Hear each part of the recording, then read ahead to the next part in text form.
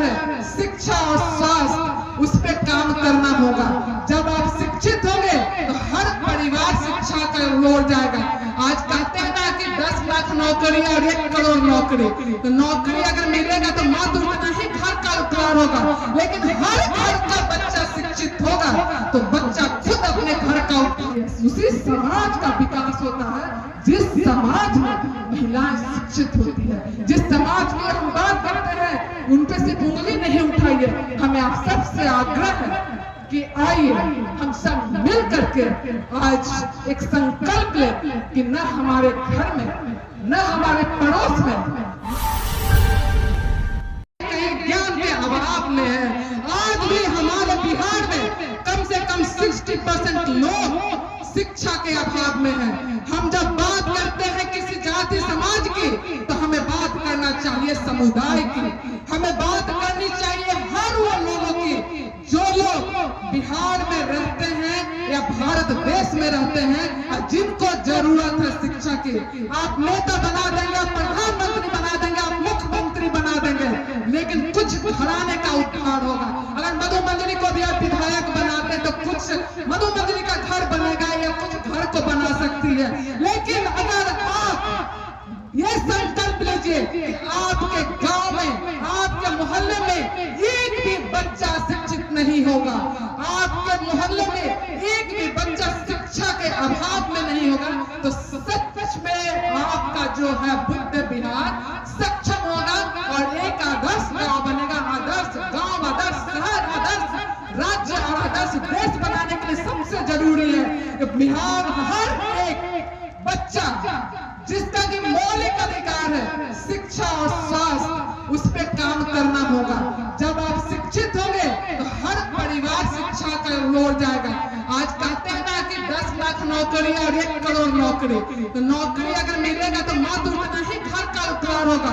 लेकिन हर घर का बच्चा शिक्षित होगा तो बच्चा खुद अपने घर का उद्धार कर लेगा और अपने घर को बढ़ाएगा। तो भगवान बुद्ध को अगर मानते हैं तो मात्र एक ही साल है हमें आगे बढ़ने के लिए, समाज में पीछे छूटे हुए लोगों को बढ़ने के लिए, समाज की महिलाओं के लिए, समाज के बच्चों को लिए मात्र एक ही चीज है कि आज संकल्प लीजिए कि हमारे गांव में एक भी बच्चा शिक्षा के अभाव में नहीं रहेगा।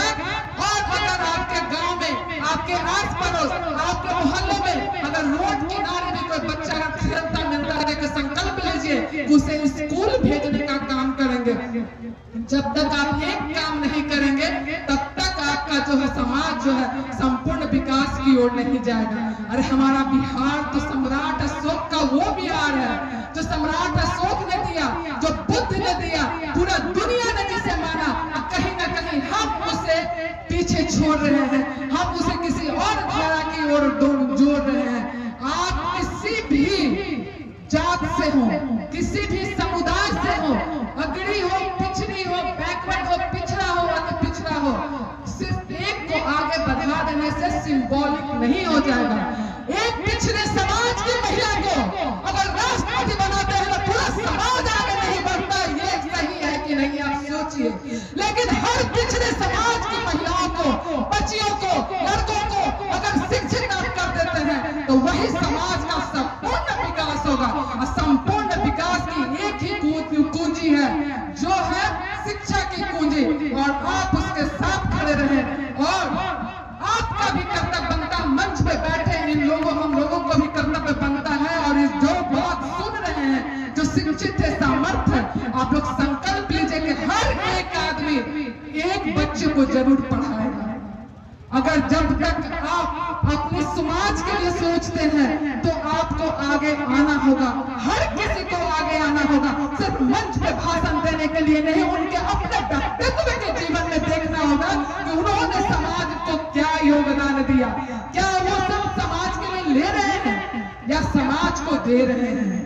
मैंने मनोज जी को पहले भी जब मैं यहाँ आई थी तो मनोज जी को मैंने बोला इससे अच्छा कार्य नहीं होगा कि आप बौद्ध बिहार बना रहे हैं, लेकिन बौद्ध बिहार तभी सार्थक होगा जब यहाँ पे आप गरीब बच्चों को, समाज में पीछे हुए छूटे हुए बच्चों को आप शिक्षित करेंगे। तो सच में जो है सही में ये बौद्ध बिहार होगा जहाँ ज्ञान की प्राप्ति होगी और ज्ञान के अधूरे होने की वजह से जो आप बोलते हैं कि समाज में जो कुरीतियां है वो कहां से आती है। आज मधु मंजरी आगे में बोल दी, भाषण दे दी, समझा दी कि आप इसको पूजा करो, ये चीज मानो, वो धर्म को मानो, वो खराब है, वो अच्छा है। कोई कल तीसरा आएगा वो समझा देगा, कल चौथा आएगा वो समझाएगा। लेकिन जब आप खुद में जागरूक होंगे, खुद से जानेंगे, खुद में सोचने की क्षमता होगी, और खास करके हम महिलाएं बैठी हुई मैं उनको बोलूंगी और पुरुष वर्ग को भी बोलूंगी कि जब तक आप अपने घर की महिलाओं को शिक्षित नहीं करेंगे, आप अपने घर की बेटियों को शिक्षित नहीं करेंगे, आप आपके घर की बेटियों को जागरूक नहीं करेंगे, आप घर में समानता नहीं लाएंगे और समाज में समानता कहां से लाएंगे। आज मैं बहुत सारे घर में जाती हूँ तो पता चलता बेटा को इंग्लिश मीडियम में पढ़ाया जाता है और बेटी को सरकारी स्कूल में। अगर हम अपने घर में समानता नहीं लाते हैं, अपने घर में बराबरी नहीं लाते हैं, बेटों बेटियों को एक नहीं समझते हैं, और हम बड़ी बड़ी मंच से बात करते हैं कि हमें बराबरी चाहिए, हमें धार्मिक बराबरी चाहिए, हमें सामाजिक न्याय चाहिए, तो सामाजिक न्याय अगर करना है तो आप अपने घर से सामाजिक न्याय की शुरुआत कीजिए और बेटों के साथ बेटियों को भी शिक्षित कीजिए। जब तक पूरा समाज आगे नहीं बढ़ेगा, महिलाएं भी आगे नहीं बढ़ेंगी, महिलाएं का सोच वहां तक डेवलप नहीं होगा। महिलाएं सिर्फ टीवी पे बैठ कर करके सीरियल के अलावा वो न्यूज जब तक पढ़ना नहीं सुने शुरू करेंगे, वो जो समाज में हो रहा है राजनीतिक बातों को लेकर के महिलाएं जब घर में नहीं चर्चा करेंगे, सास बहू से आगे निकल करके महिलाओं को संविधान के बारे में कौन बताएगा। आपकी जरूर आपका कर्तव्य बनता है, बताइए महिलाओं को कि सावित्रीबाई फुले ने किस तरह से महिलाओं का क्या योगदान था।